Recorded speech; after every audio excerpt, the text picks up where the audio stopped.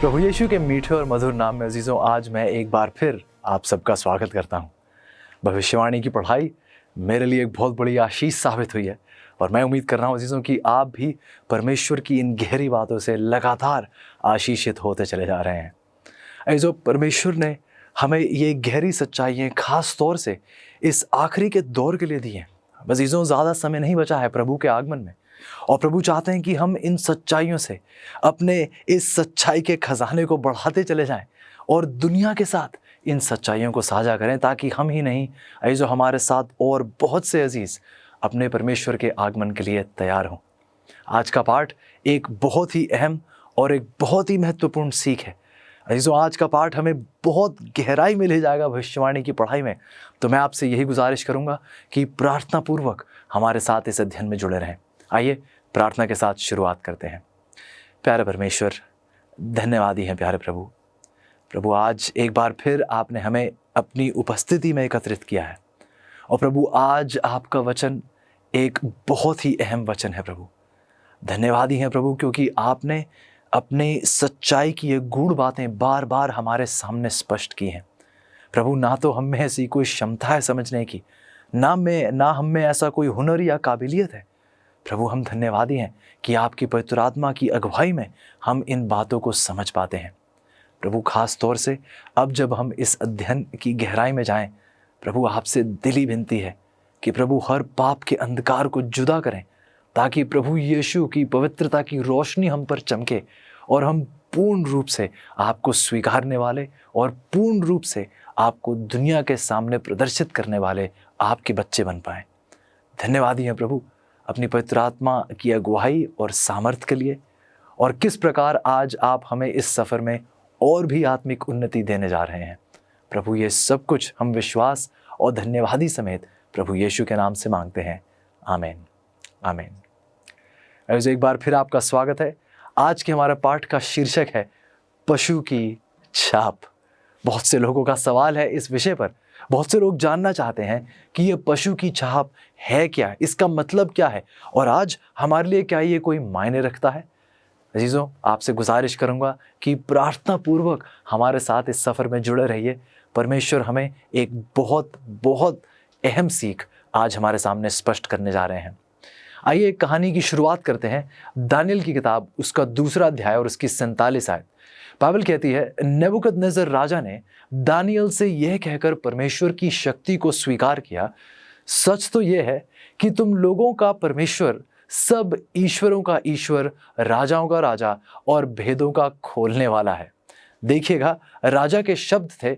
जब उसने परमेश्वर को स्वीकारा, उसकी शक्ति को स्वीकारा, तो राजा के शब्द थे कि तुम लोगों का परमेश्वर सब ईश्वरों का ईश्वर, राजाओं का राजा और भेदों का खोलने वाला है। आप कहानी से शायद बहुत अच्छे से वाकिफ हैं। आप जानते हैं कि जब आप इस शब्द को सुनते हैं, हम देखते हैं चीज़ों की, जब दानियल ने राजा को उसके स्वप्न की व्याख्या दी तो राजा को बताया गया कि राजा, वो मूर्ति में सोने का सिर आप ही हैं।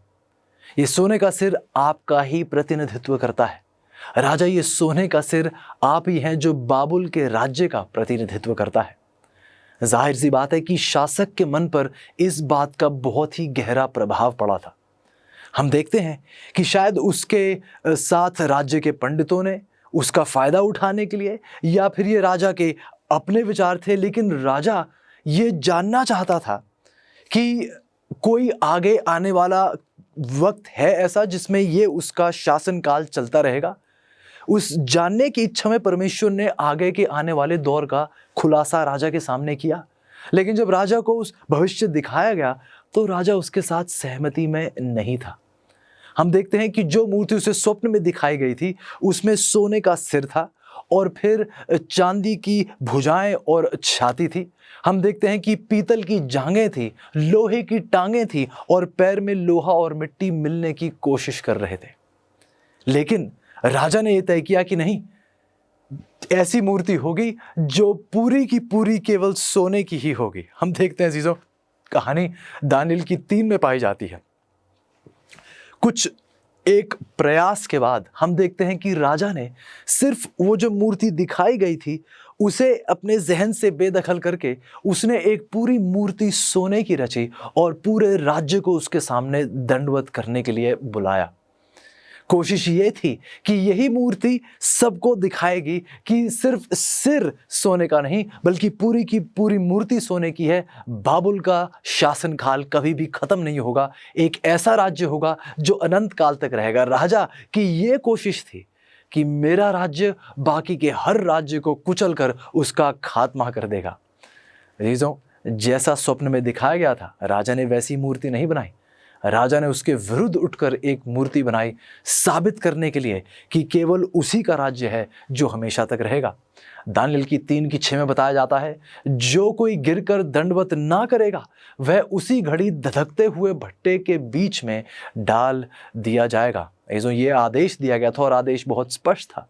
हमें इसके बारे में दानियेल की 6 ने बताया है। लेकिन हम देखते हैं कि जब मौका आया, जैसे ही ये मूर्ति की स्थापना हुई और सबको इसके सामने दंडवत करने के लिए बुलाया गया, राजा नबूकदनेस्सर ने संकेत दिया और जैसे ही उसने संकेत दिया 1000 वाद्य यंत्रों का संगीत बजने लगा। पर्दा गिरता है जिससे सूरज की रोशनी में झिलमिलाती ये सोने की 90 फुट की चमकदार मूर्ति दिखाई दे रही थी। अब आप ही सोचिए, पूरी की पूरी मूर्ति सोने की है, इसके ऊपर वो सूरज की रोशनी पड़ती है। अब आप ही सोच सकते हैं कि ये मूर्ति कैसे चमक उठी होगी। तब राजा की आज्ञा के अनुसार जितने हाकिम दूरा के मैदान में इकट्ठे हुए थे इस मूर्ति के सामने, वह भूमि पर गिरकर भक्ति करने लगे। लेकिन 3 इब्री युवक थे जिन्होंने ये तय कर लिया था कि वह किसी राजा के सामने इस धरती पर नहीं बल्कि उस राजा के सामने जो राजाओं का राजा है, केवल उसी के सेवक बनेंगे, केवल उसी के सामने झुकेंगे। दानियेल की 3:18 में अजीजों बताया जाता है कि इन युवकों ने राजा से कह दिया था कि राजा, हमें ये पता है कि हमारा परमेश्वर हमें बचाने के योग्य है, परंतु हमारा परमेश्वर हमें नहीं भी बचाने का चुनाव करता है। तो हे राजा, तुझे मालूम हो कि हम लोग तेरे देवता की उपासना नहीं करेंगे और ना तेरी खड़ी कराई हुई सोने की मूरत को दंडवत करेंगे। ऐसो राजा क्रोधित था। राजा ने आदेश दिया और इन युवकों को उठाकर उस धधकती भट्टी में फेंका गया। लेकिन फिर हम देखते हैं कि जैसे ही उन्हें उस आग के भट्टे में फेंका गया तो अचंबा किसी और के चेहरे पे तो कम, सबसे ज्यादा अचंबा उस राजा के चेहरे पे था। उसका मुंह खुला का खुला रह गया। कांपती आवाज में शायद आप उसे सुन सकते होंगे ये सवाल पूछते हुए कि 1 मिनट, क्या हमने आग के बीच 3 आदमियों को बंधे हुए नहीं डाला था? उसके सलाहकारों ने सहमति दिखाई होगी कि हाँ बिल्कुल। लेकिन तब राजा ने कहा कि मुझे 4 मनुष्य खुले हुए आग के बीच में टहलते हुए दिखाई देते हैं और उन्हें कुछ भी हानि नहीं पहुंची। और चौथा जो है, ध्यान से सुनिएगा राजा के शब्दों को, कि जो चौथा है वो परमेश्वर के पुत्र के तुल्य है। जो दानियेल की 3:25 इस बात की पुष्टि करती है। ऐसे बाइबल बताती है कि परमेश्वर ने उन बहादुर जवानों को उस आग की भट्टी में से बचाया क्योंकि वह उसकी सच्चाई के लिए खड़े हुए थे। ऐसे सच्चाई तो यह है कि जब जब हम परमेश्वर के लिए खड़े होते हैं तो परमेश्वर भी हमारे लिए खड़े होते हैं। ऐसे अंत के दिनों में परमेश्वर के लोगों को ठीक ऐसी ही एक परीक्षा का सामना जरूर करना पड़ेगा। मैं चाहूंगा कि आप इस पर बहुत ध्यानपूर्वक हमारे साथ बने रहें। तो आइए इसी के साथ आज के पाठ की और गहराई में जाते हैं और समझने की कोशिश करते हैं कि अंतिम दौर में एक ऐसी परीक्षा परमेश्वर के लोगों पे एक बार फिर आएगी और क्या आज आप और मैं उस परीक्षा के लिए तैयार हैं या नहीं। इसी के साथ अजीजों, आज का मुफ्त ऑफर जो है मैं आपके सामने पेश करना चाहूँगा। ये अध्ययन संदर्शिका जिसका शीर्षक, हमारा शीर्षक है पशु की छाप। यदि आप चाहते हैं कि ये अध्ययन संदर्शिका आपकी हो तो आपके स्क्रीन पर एक टेलीफोन नंबर लिखा गया है। यदि आप अभी के अभी उस नंबर पर कॉल करें तो जो ये किताब आपके घर तक मुफ्त पहुंचा दी जाएगी। वहाँ वेबसाइट के माध्यम से भी आप इसी पत्रिका को ऑर्डर कर सकते हैं और एक बार फिर अजीज़ों, ये पत्रिका आप तक मुफ्त पहुँचा दी जाएगी। परमेश्वर के शुक्रगुजार हैं इन सच्चाइयों के लिए, परमेश्वर के शुक्रगुजार हैं इन साधनों के लिए जो परमेश्वर ने हमारे सामने रखे हैं। लेकिन मेरी गुजारिश बार बार आपसे यही है अजीज़ों कि कृपया करके कृपया करके ये सच्चाई आप दूसरों के साथ ज़रूर बांटिएगा। आइए हम किसी रोशनी को छिपा ना लें, आइए हम रोशनी को दुनिया के सामने पेश करें। हमारे सवाल जवाब का सिलसिला शुरू होता है। पहला सवाल हमसे पूछा जाता है कि दानियल की 3 में हमारी कहानी प्रकाशित वाक्य से कैसे संबंधित है। हम दानियल की 3 में थे, लेकिन इसका रिश्ता प्रकाशित वाक्य की किताब से कैसे है।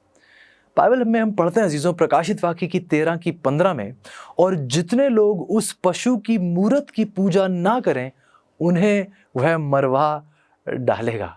अजीजों, अंत के दिनों में परमेश्वर के लोगों को एक बार फिर विवेक के विपरीत उपासना करने या मारे जाने के लिए मजबूर किया जाएगा।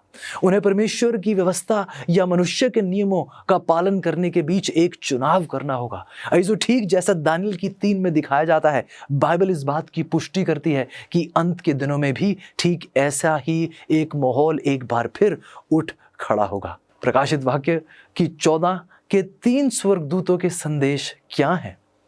और यदि सवाल यह भी है, ये 3 स्वर्गदूतों के संदेश क्या है और इनकी अहमियत हमारे लिए क्या है, और इसका दानियल की 3 की कहानी इस अंतिम दौर से हमें क्या सीख प्राप्त होती है।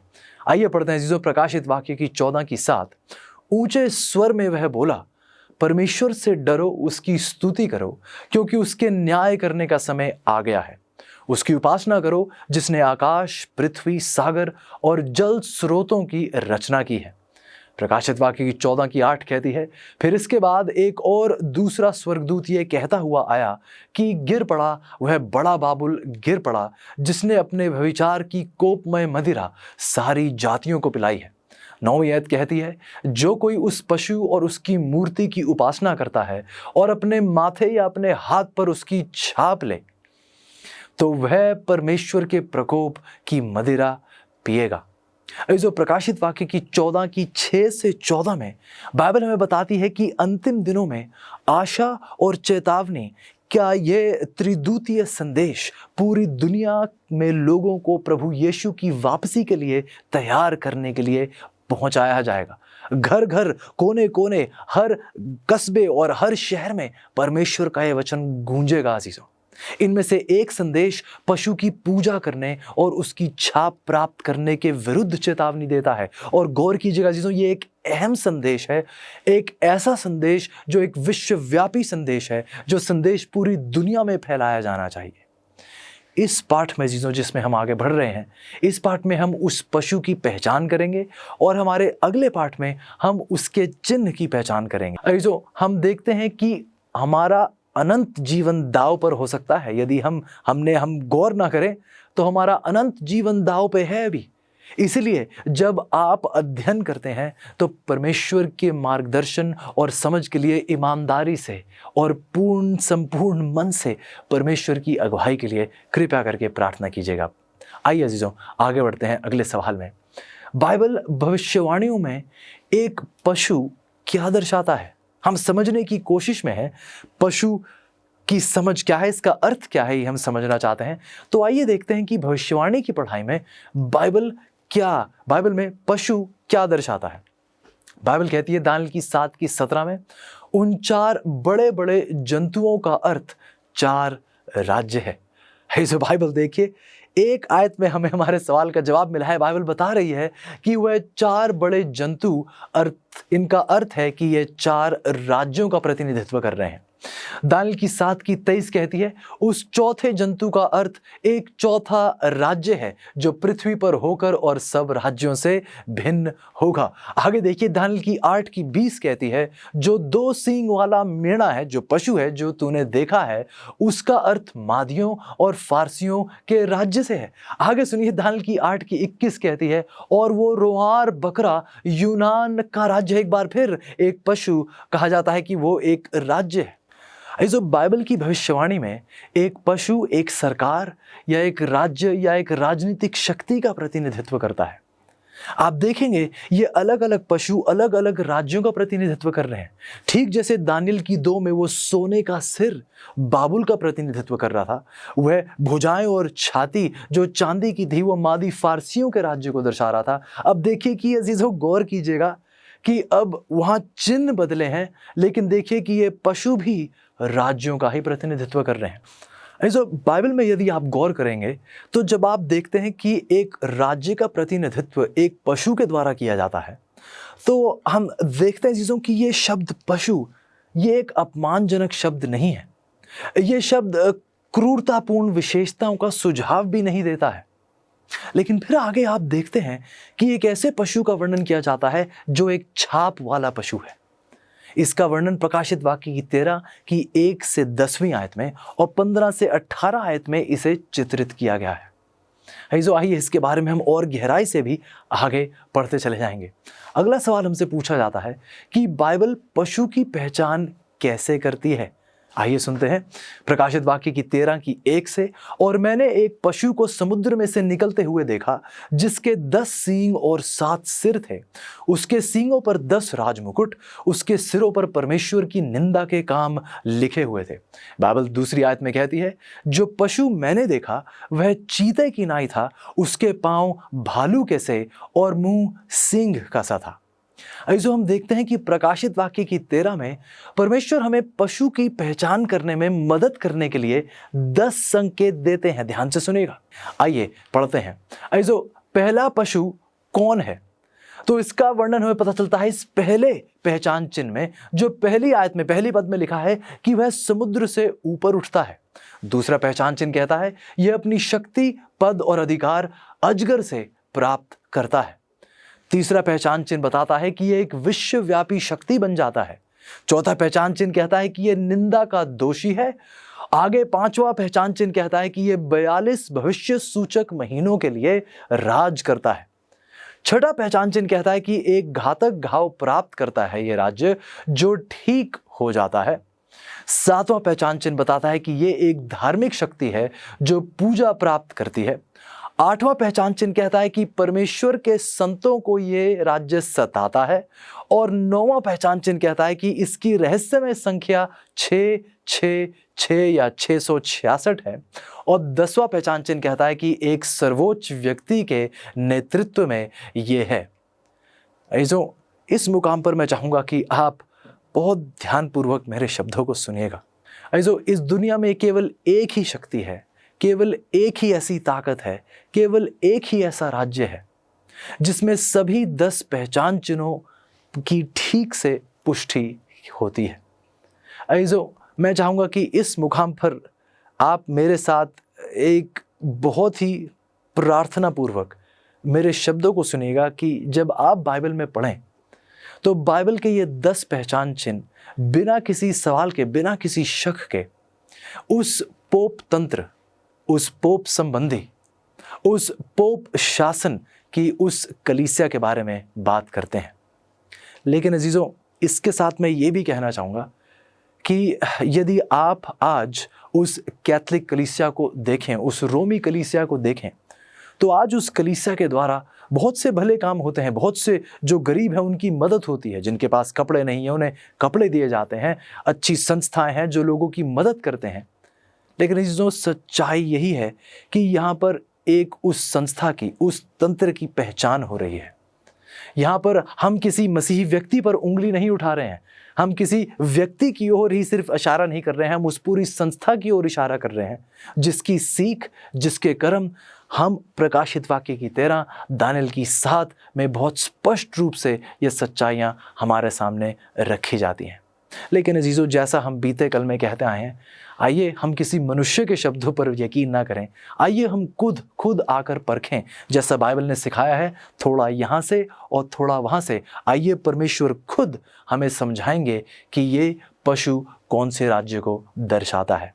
तो इससे पहले अजीजों, हम इस गहरे अध्ययन में जाएं, कृपया करके आपसे विनती करूँगा कि आइए परमेश्वर से विनती करते हैं, प्रार्थना करते हैं कि परमेश्वर हमारी मदद करें इस संदेश को स्वीकारने में। आइए प्रार्थना करेंगे। प्यारे परमेश्वर, धन्यवादी हैं प्यारे प्रभु। प्रभु, आपका संदेश सच्चा है। और प्रभु, एक बार फिर हमारी विनती है कि हम किसी मनुष्य के विचारों पर यहाँ निर्भर ना हो। प्रभु, मेरी विनती है कि आपके अजीज मेरे वचनों से बढ़कर आपके वचनों पर गहराई से ध्यान दें, क्योंकि प्रभु हम केवल आपके वचनों पर भरोसा कर सकते हैं।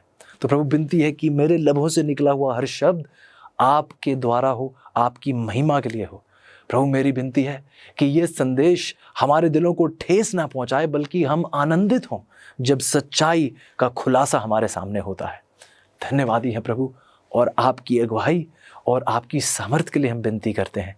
ये सब कुछ प्रभु यीशु के मीठे, मधुर और शक्तिशाली नाम में मांगते हैं, आमीन। आइए अजीजों, शुरुआत करते हैं और देखते हैं कि ये 10 पहचान चिन्ह किस प्रकार हमें उस पशु की पहचान देते हैं। सवाल पूछा जाता है, ये पशु समुद्र से ऊपर उठता है, समुद्र या जल किसको दर्शाता है? बाइबल बताती है प्रकाशित वाक्य की 17:15 में, जो पानी तूने देखे जिन पर वेश्या बैठी है, वे लोग और भीड़ और जातियों और भाषा हैं।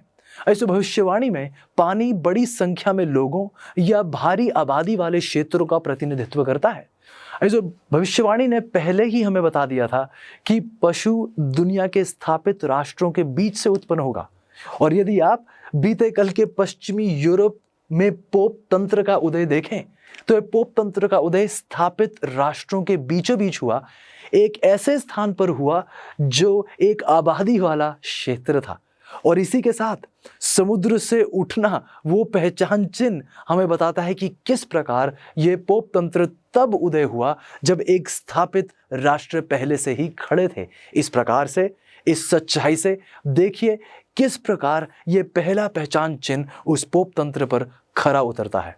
आइए हम आगे देखते हैं। ये पोपवाद अथवा पेपसी सभ्यता के केंद्र से उत्पन्न हो रहा है।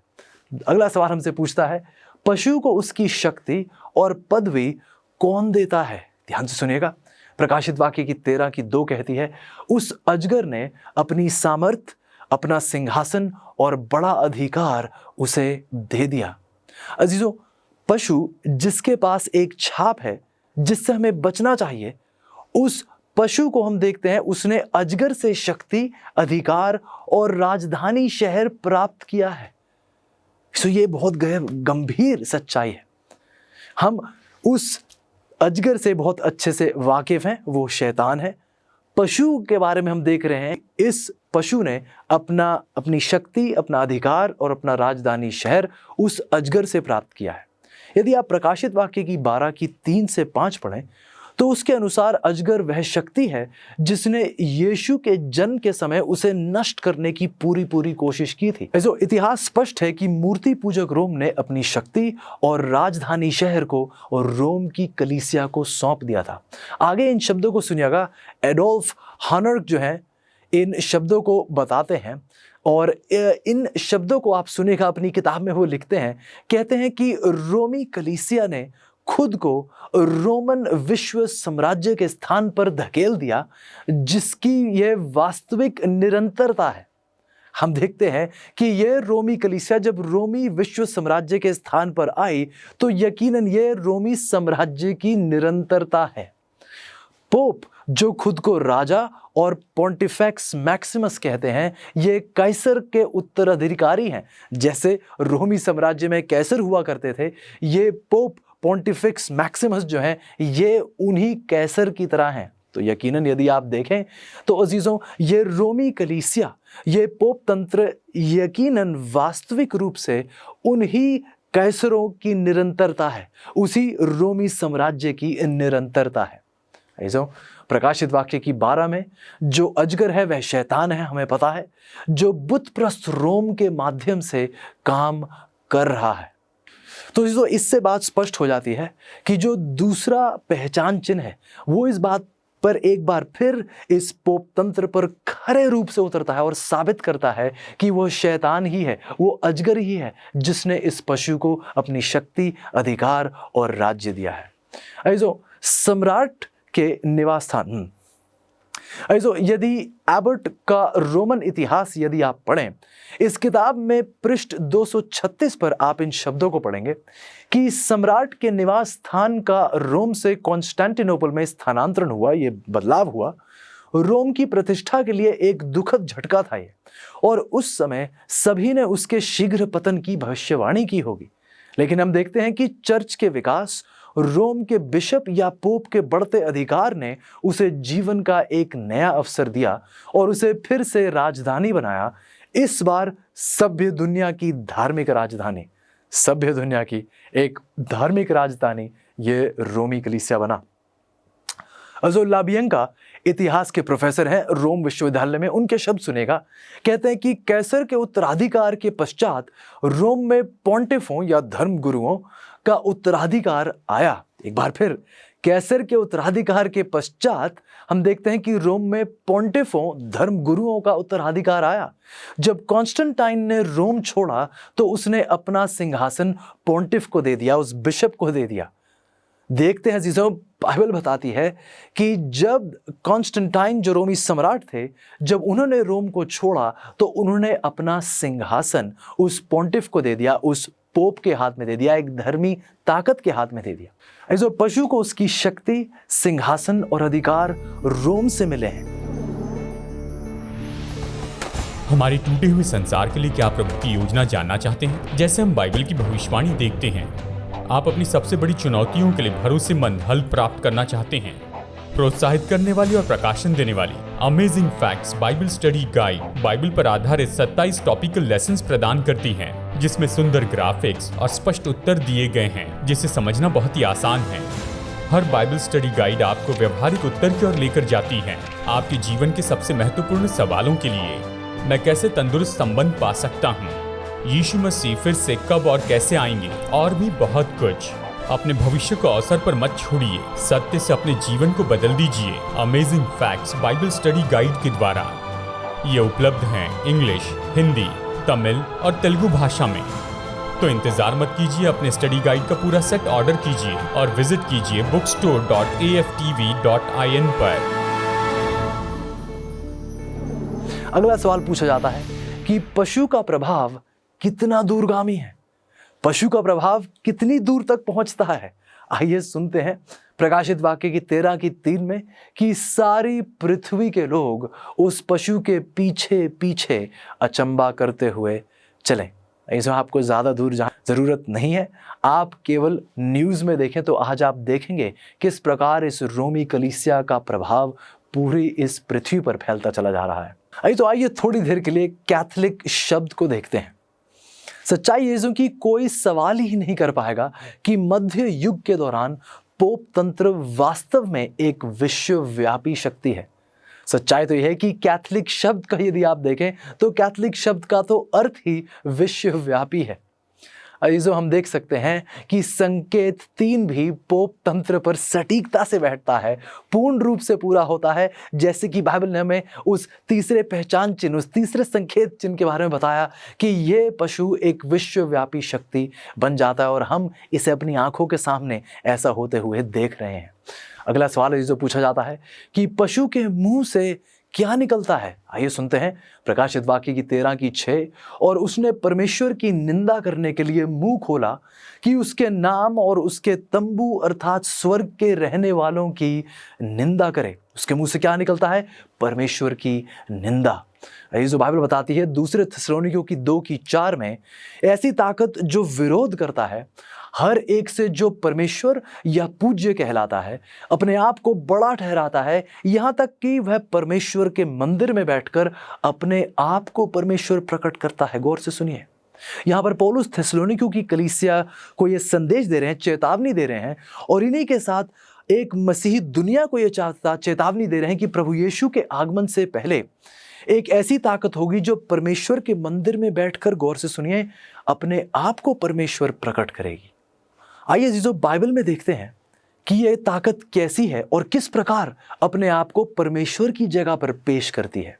यूहन्ना की 10:33 से शुरुआत करते हैं। यहूदियों ने उसको उत्तर दिया, प्रभु यीशु को उत्तर दे रहे थे कि भले काम के लिए हम तुझे पथराव नहीं करते, परंतु परमेश्वर की निंदा के कारण, गौर से सुनेगा, प्रभु यीशु से कहा गया था कि हम आपको भले काम के लिए नहीं आपका पथराव करना चाहते, बल्कि इसलिए क्योंकि आपने परमेश्वर की निंदा की है। अब गौर से सुनिए कि परमेश्वर की निंदा की परिभाषा क्या है। सुनिएगा, परमेश्वर की निंदा के कारण, और इसलिए कि तू मनुष्य होकर अपने आप को परमेश्वर बनाता है। ऐसा बाइबल बताती है कि यदि एक मनुष्य अपने आप को परमेश्वर के तौर पर पेश करता है तो वह क्या कर रहा है? परमेश्वर की निंदा कर रहा है। तो आइए देखते हैं चीज़ों की क्या कभी कैथोलिक कलीसिया ने यह दावा किया है कि उसके याजकगण वह परमेश्वर की जगह पर खड़े हैं। शब्द सुनेगा, पोप लियो जो 13वें थे वो कुछ ऐसा कहते हैं कि हम इस पृथ्वी पर सर्वशक्तिमान परमेश्वर का स्थान रखते हैं। अजीजों, मेरे शब्द नहीं हैं, ये खुद एक कैथोलिक याजक के शब्द हैं, एक पोप के शब्द हैं। कहते हैं कि हम इस पृथ्वी पर सर्वशक्तिमान परमेश्वर का स्थान रखते हैं। अजीजों, बाइबल बहुत स्पष्ट है। क्या किसी मनुष्य को यह हक है कहने का कि वह परमेश्वर की जगह पर है? बिल्कुल भी नहीं। लूका की 5:21 हमें बताती है, तब शास्त्री और फरीसी विवाद करने लगे कि यह कौन है जो परमेश्वर की निंदा करता है। एक और परिभाषा दी जाती है। परमेश्वर की निंदा की परिभाषा एक और क्या है? गौर से सुनिएगा, परमेश्वर को छोड़ कौन पापों की क्षमा कर सकता है? ऐसे बाइबल एक बार फिर बहुत सरल शब्दों में हमारे सामने यह सच्चाई रखती है कि जब एक मनुष्य किसी के पाप क्षमा करने का दावा करता है तो वह क्या कर रहा है? परमेश्वर की निंदा कर रहा है। आइए सुनते हैं शब्द धर्मगुरु की गरिमा और कर्तव्य, ये किताब है। इस किताब का 12वां खंड और पृष्ठ 27 पर इन शब्दों को सुनेगा। कहा जाता है कैथोलिक कलीसिया के द्वारा, परमेश्वर स्वयं अपने याजकों के फैसले का पालन करने और उनकी अस्वीकृति या क्षमादान के अनुसार या तो क्षमा करने या क्षमा नहीं करने के लिए बाध्य है। आगे सुनिएगा, धर्मगुरु का कथन पहले आता है और परमेश्वर इसको स्वीकार करता है। क्या आप सुन रहे हैं? इसका मतलब क्या है? इसका मतलब यह कहा जा रहा है कैथोलिक कलीसिया के द्वारा कि यदि एक याजक कह दे कि मैं इस व्यक्ति के पाप नहीं माफ कर रहा, तो परमेश्वर को इस याजक की सुननी पड़ेगी। यदि यह याजक किसी के पाप माफ नहीं करेगा तो परमेश्वर इसके निर्णय से बाध्य है। परमेश्वर भी इस व्यक्ति के पाप क्षमा नहीं करेंगे। ऐसो बाइबल ईश निंदा को, परमेश्वर की निंदा को ऐसे मनुष्य के रूप में परिभाषित करती है जो पापों को क्षमा करने का दावा करता है, जैसा लूका की 5:21, और ईश्वर होने का, परमेश्वर होने का दावा करता है जैसे यूहन्ना की 10:33। अजीजों, लेकिन दुखद बात यह है कि आज पोप तंत्र साहसपूर्वक पापों को क्षमा करने की शक्ति का दावा करते हैं। कैथोलिक कैटेकिज्म जो कैथोलिक प्रश्नोत्तरी है उसमें इस सवाल जवाब कुछ पूछे दिए जाते हैं और ये अब कैथोलिक कलीसिया के अपने शब्द हैं। गौर से सुनेगा, वह सवाल पूछते हैं कि क्या एक पादरी, क्या एक याजक वास्तव में पापों को क्षमा करता है या क्या वह केवल ये घोषणा करता है कि उन्हें क्षमा कर दिया गया है? जवाब दिया जाता है, एक पासवान, एक चरवाहा, एक याजक वास्तव में और सही मायने में पापों को मसीह द्वारा दी गई शक्ति के अधिकार पर क्षमा करता है। ऐसा कैथोलिक कलीसिया का कहना है। इसका बाइबल से कोई लेना देना नहीं है। बाइबल में इसकी कोई सहमति नहीं है। बाइबल इस सोच से बिल्कुल भी सहमत नहीं है। पोप तंत्र का यह भी दावा है कि पोप परमेश्वर के बराबर है। पोप परमेश्वर की जगह पर है। एक और बयान आता है जीजो पोप लियो की तरफ से, पोप लियो जो 13वें थे, जिन्होंने कहा था हम पोप इस पृथ्वी पर सर्वशक्तिमान परमेश्वर का स्थान रखते हैं। उन्हीं पोप ने कुछ ये बयान भी दिया। उन्होंने कहा कि आप याजक पृथ्वी पर एक और ईश्वर हैं। ध्यान से सुनिए अजीजों, इसी के साथ हम देखते हैं कि चौथा पहचान चिन्ह भी पूर्ण रूप से सटीक ढंग से पोप तंत्र पर सही बैठता है। और हमारा ये चौथा पहचान चिन्ह क्या था? कि ये पशु निंदा का दोषी है। ये पशु परमेश्वर की निंदा करता है। अगला सवाल देखिएगा हमारे साथ कि ये पहला पशु कब तक राज करेगा?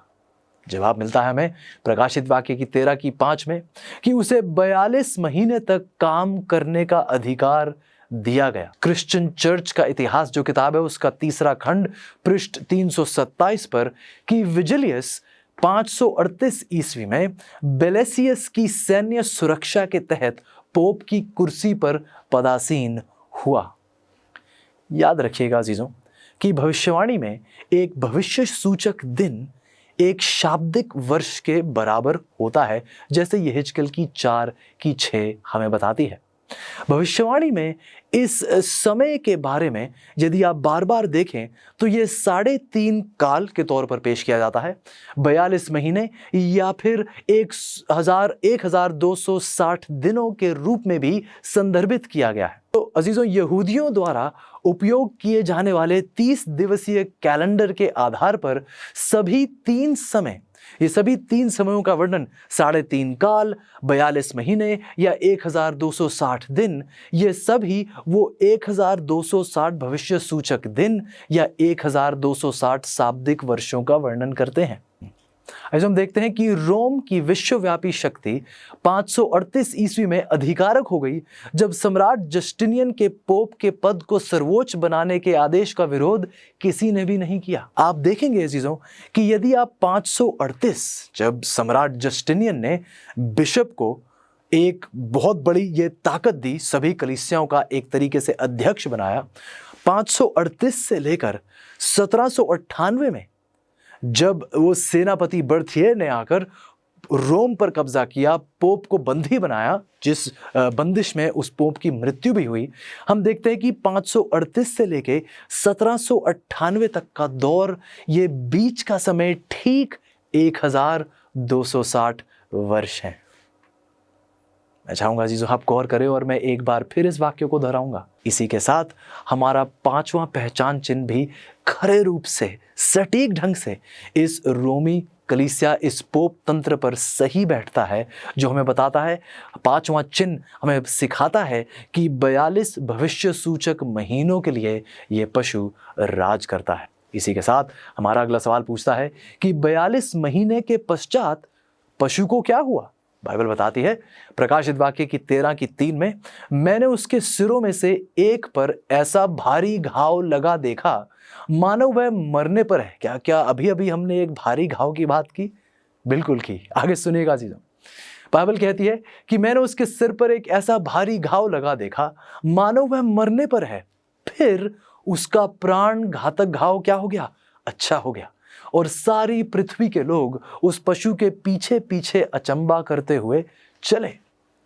आइए अजीजों, इसके विषय में और गहराई से पढ़ते हैं। अभी अभी हमने देखा कि 42 महीने, 3.5 काल या 1260 दिन, जो भविष्यवाणी के 1260 साल बनते हैं, वर्ष बनते हैं। क्यों? क्योंकि यहेजकेल की 4:6 ने हमें बताया, प्रभु कहते हैं कि मैंने तेरे लिए एक वर्ष की संति एक दिन अर्थात 40 दिन ठहराए हैं। तो 40 दिन यकीनन 40 साल के तौर पर परमेश्वर ने पेश किए। हम देखते हैं कि किस प्रकार 42 महीने जो 1260 दिन बनते हैं भविष्यवाणी की पढ़ाई में, भविष्य सूचक रूप से वह 1260 वर्ष बनते हैं। आइए इसे एक बड़े पैमाने पर समझने की कोशिश करते हैं। ये 1260 वर्ष अंधकार में युग भी इसे कहा जाता है, अंधकार का युग भी इसे कहा जाता है, क्योंकि जो एक ऐसा दौर था जब लोगों से उनकी बाइबल छीनी गई थी, सच्चाई छीनी गई थी, सच्चाई की रोशनी से उन्हें वंचित रखा गया था। अंधकारमय युग। हम देखते हैं कि 538 ईस्वी में सम्राट जस्टिनियन के हुक्मनामे के द्वारा हम देखते हैं कि किस प्रकार रोमी कलीसिया को एक अधिकार दिया गया। इस दौर में 538 से 1798 तक परमेश्वर के लोगों का भयानक उत्पीड़न हुआ, जो 1260 भविष्य सूचक दिवस या 1260 शाब्दिक वर्षों तक रहता है। फिर हम देखते हैं 1798 में पोप की सरकार का अंत होता है, जब हम देखते हैं कि बर्थियर जो सेनापति थे नेपोलियन के, उन्होंने रोम पर वार किया, पोप को बंदी बनाया और बंदिश में ही उन पोप की मृत्यु हुई। हम देख रहे हैं अजीजों कि 1798 में जब जनरल बर्थियर पोप को बंदी बनाकर फ्रांस ले गए, जहां निर्वासन में उस पोप की मृत्यु हो गई, तो पोप तंत्र को एक घातक घाव प्रतीत होता है। आगे हम देखते हैं कि आधे यूरोप ने सोचा कि यह घटना पोप तंत्र के अंत का संकेत है, लेकिन परमेश्वर ने ऐसा नहीं कहा था। परमेश्वर ने भविष्यवाणी में अभी हमने क्या पढ़ा? परमेश्वर ने कहा था कि यह घाव ठीक हो जाएगा और पोप के पद की शक्ति और प्रभाव तब तक बहाल रहेगा जब तक कि पूरी दुनिया उसके नेतृत्व का पालन नहीं करेगी। हम देखते हैं अजीजों कि आप पहचानेंगे कि आज कई मायनों में पृथ्वी पर सबसे प्रभावशाली शक्ति यह रोमी कलीसिया बनती चली जा रही है। इसका अध्यक्ष वह पोप एक बहुत ही पसंदीदा नेता के तौर पर पेश किया जा रहा है।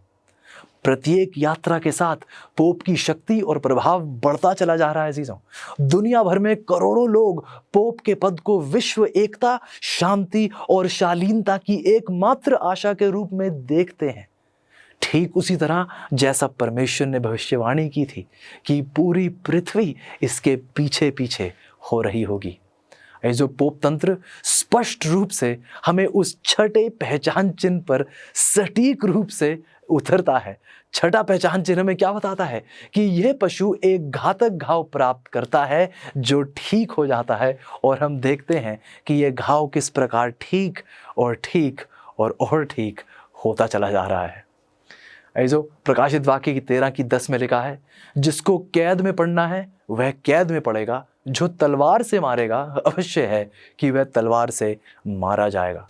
ऐसो हम देखते हैं कि पोपवाद ने सर्वव्यापी प्रभाव, प्रतिष्ठा और प्रमुखता प्राप्त की है। अगला सवाल हमसे पूछता है, क्या पशु एक सरकार है या एक धार्मिक शक्ति? सुनते हैं, प्रकाशित वाक्य की 13:15 कहती है, जितने लोग उस पशु की मूरत की पूजा ना करें उन्हें मरवा डालें। ऐसो ये स्पष्ट है कि यह संस्था आत्मिक मामलों में शामिल होगी। ये बात स्पष्ट है बाइबल से। इस पशु के बारे में ये बातें बहुत स्पष्ट शब्दों में परमेश्वर अपने वचन के द्वारा हमारे सामने रखते हैं। इस शक्ति के संदर्भ में केवल प्रकाशित वाक्य की 13 में ही पढ़ें तो उसकी पूजा करना या उसकी आराधना करना ऐसे शब्दों का 5 बार उपयोग किया गया है। ये अब बिना किसी शक के साबित हो चुका है कि यह ताकत, ये पोप तंत्र ताकत एक ऐसी ताकत है जो धार्मिकता के मामलों में बहुत गहरे रूप से शामिल होगी। और इसी के साथ अजीजों हम देखते हैं कि ये पशु उस 7वें पहचान चिन्ह पर भी खरा उतरता है, जहां बाइबल में बताती है कि ये 7वें पहचान चिन्ह में कि ये पशु एक ऐसी विश्वव्यापी ताकत होगा जो लोगों की पूजा को स्वीकार करेगा।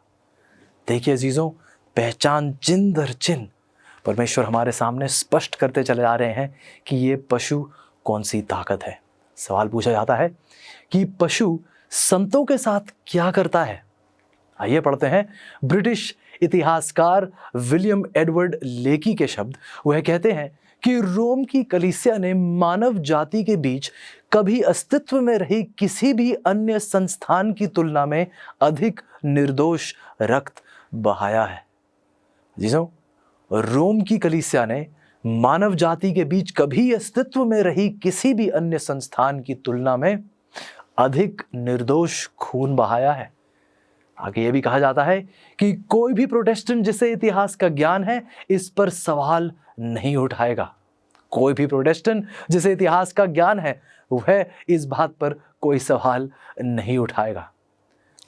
अजीजों, ये साबित हो चुकी बात है, इतिहास इस बात की पुष्टि कर चुका है कि पोप तंत्र ने ईमानदार मसीहियों को सताया है और नष्ट किया है।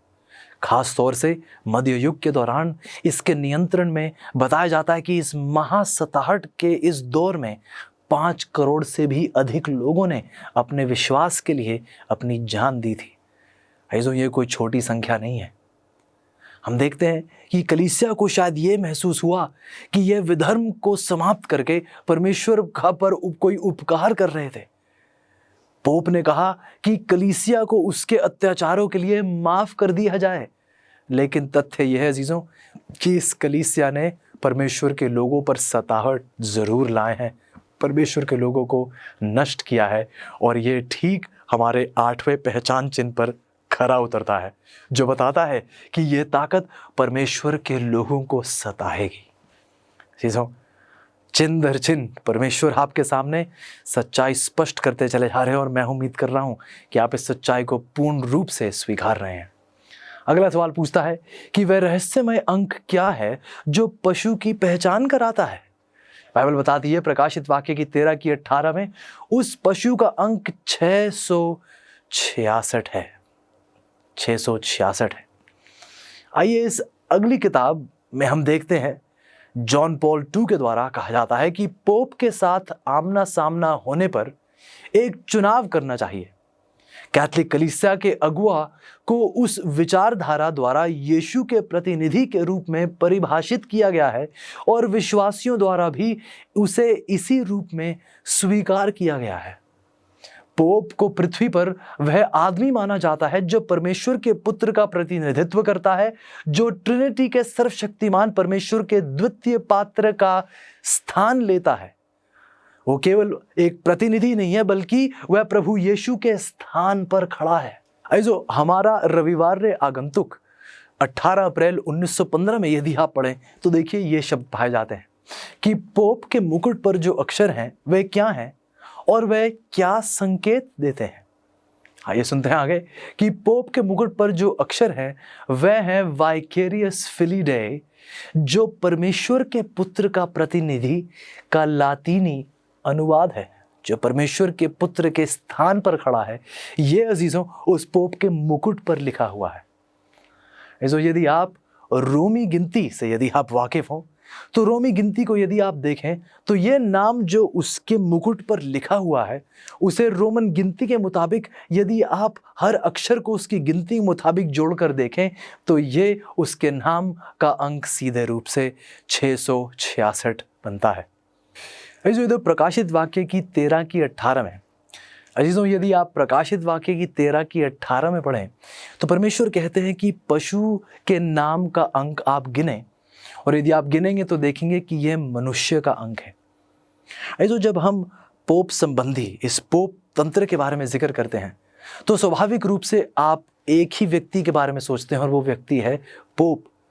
लेकिन बाइबल हमें बता रही है, बल्कि इतिहास हमें बता रहा है, सच्चाई हकीकत यह है कि उसका नाम आज क्या दिया गया है कि वह ईश्वर के पुत्र का विकर है, यह ईश्वर के पुत्र के स्थान पर खड़ा है। इसे बाइबल बहुत स्पष्ट कर देती है कि यही वो व्यक्ति है, और उसके नाम की गिनती यदि आप जोड़कर देखें तो वो 666 अंक बनता है।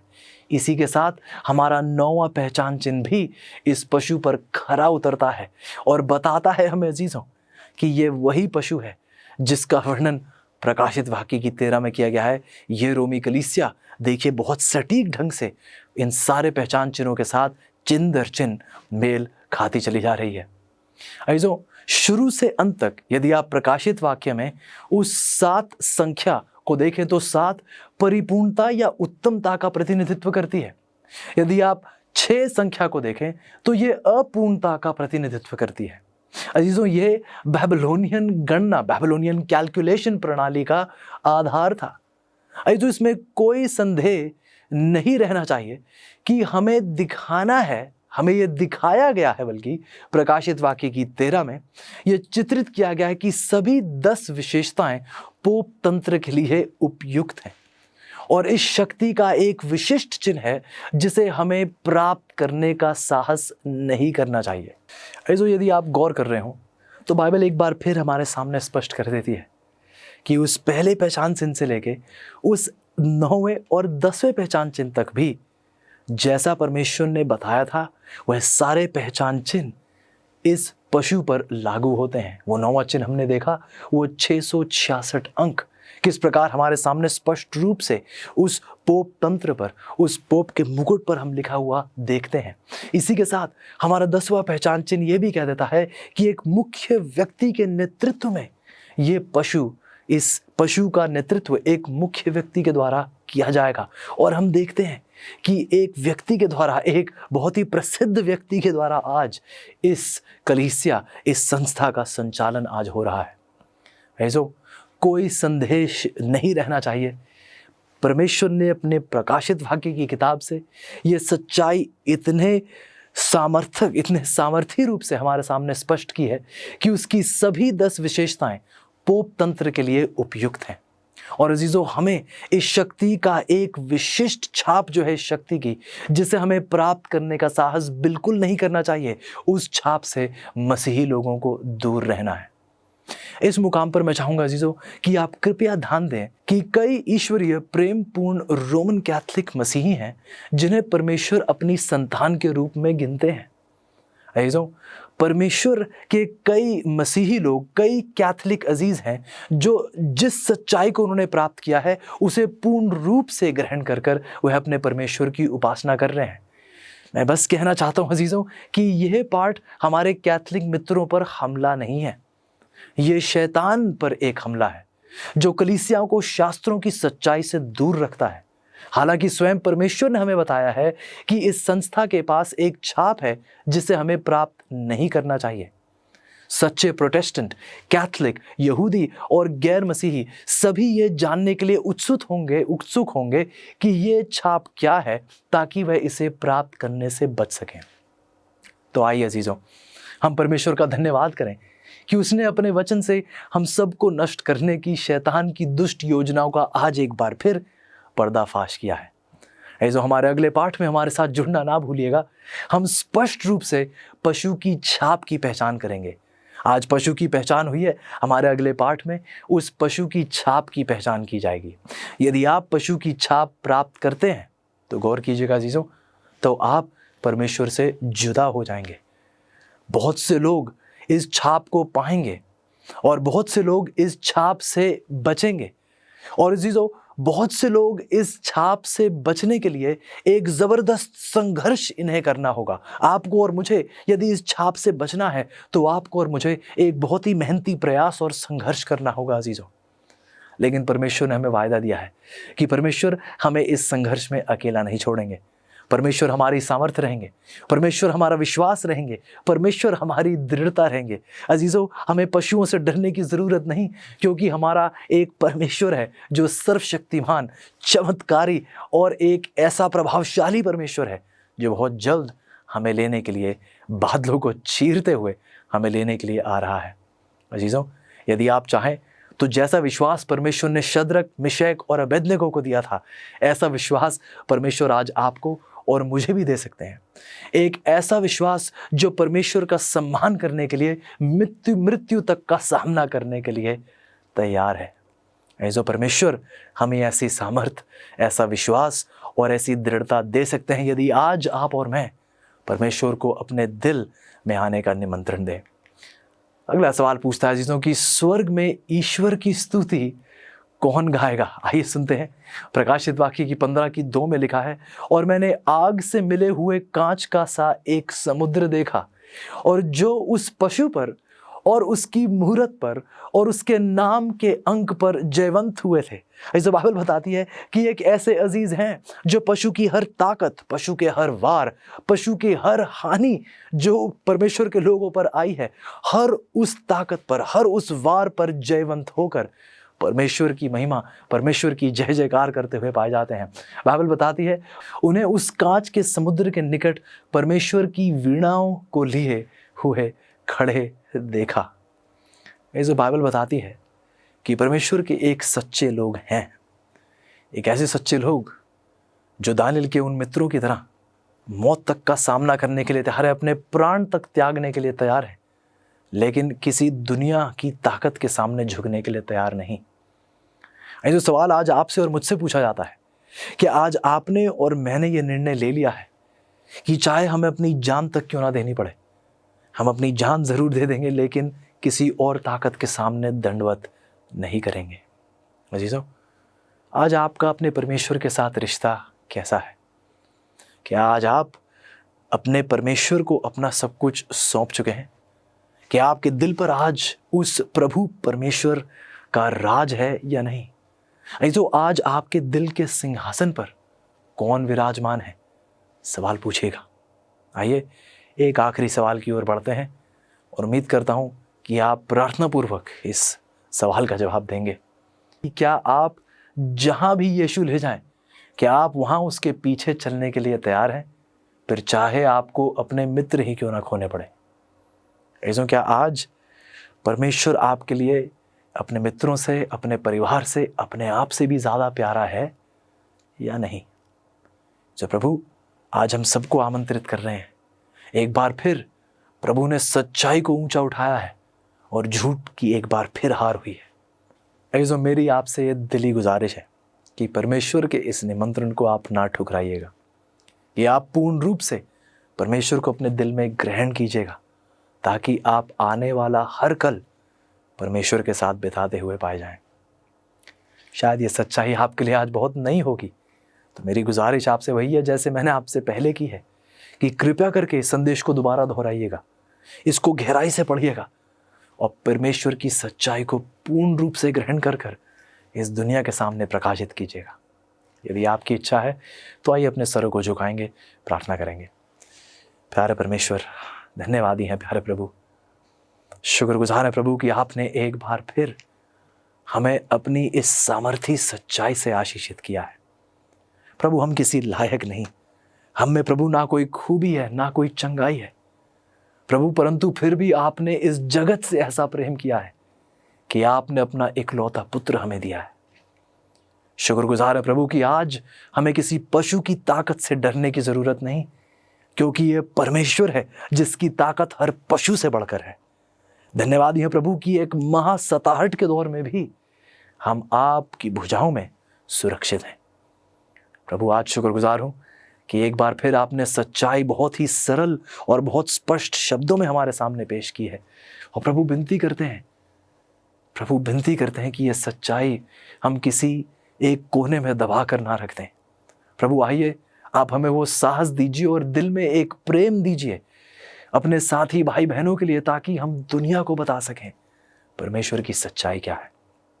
प्रभु, हमें तैयार कीजिएगा, अपने आगमन के लिए तैयार कीजिएगा प्रभु, पवित्रता में तैयार कीजिएगा, दृढ़ता में कायम रखिएगा प्रभु, ताकि आपके साथ जुड़े हुए हम बहुतों को आपकी ओर आकर्षित करने के माध्यम बन पाए। शुक्रगुजार है प्रभु ऐसे प्रेम के लिए, ऐसे अत्यंत प्रेम के लिए। आपका नाम सदा से सदा तक ऊंचा उठाया जाए। शुक्रगुजार है प्रभु इस सामर्थी सच्चाई के लिए। मेरे अजीजों को आप अपनी पवित्र आत्मा से कृपया करके तृप्त कीजिएगा और अपनी महिमा के लिए लगातार इनके जीवन के द्वारा बहुतों को पवित्रता के लिए जीत लीजिए प्रभु जी। ये मेरी दिली विनती है, क्योंकि ये सब कुछ हम आपके प्यारे बेटे प्रभु यीशु के नाम से मांगते हैं, आमीन।